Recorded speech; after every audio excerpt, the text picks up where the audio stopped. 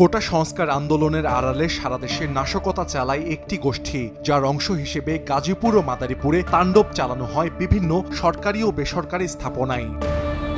গাজীপুরে ব্যাপক ভাঙচুর, লুটপাট, অগ্নিসংযোগে ক্ষতিগ্রস্ত হয়েছে বিআরটি প্রকল্প।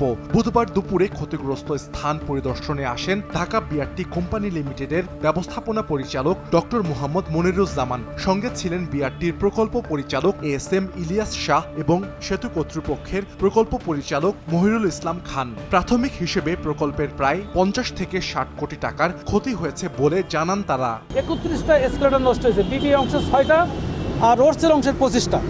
এটা আমাদের সবচেয়ে বড় ক্ষতি। বিবিএর অংশে একটা লিফট ক্ষতিগ্রস্ত হয়েছে। মেরামতযোগ্য না হলে এটাকে সম্পূর্ণভাবে আবার আমদানি করে রিপ্লেস করতে হবে। ফেন্সিংগুলো নাই। আমার এখানে যে কিছু টয়লেট স্টেশনে করা হয়েছিল সেগুলো হয়েছে। আমার এখানে কিছু টাইলস নষ্ট করেছে। প্রকল্প অফিস সড়ক ভবনে গাজীপুর চৌরাস্তায়, সেটাও কিন্তু একদম নিচতলাটা ড্যামেজ করে দেওয়া হয়েছে। নগদের কাছে সব গ্রাহকই প্রিয়, তাই তো সারা দেশে ক্যাশ আউট চার্জ সবচেয়ে কম।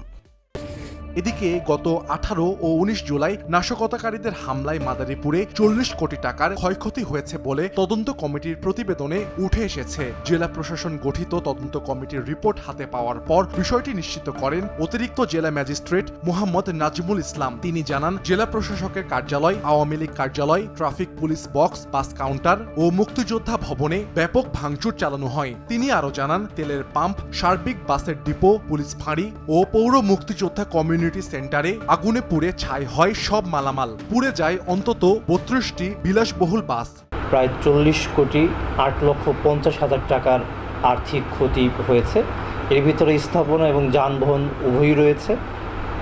আমাদের এই প্রক্রিয়া আরও চলমান আছে। এসব ঘটনায় পুলিশের পক্ষ থেকে আলাদা 4টি মামলা করা হয়েছে। 2 শতাধিক মানুষের নাম উল্লেখ সহ আসামি অজ্ঞাত আরও 1,500 থেকে 2,000। ইতোমধ্যে গ্রেফতার করা হয়েছে শতাধিক আসামিকে। সাহাল আব্দুল্লাহ আলভি, সময় সংবাদ।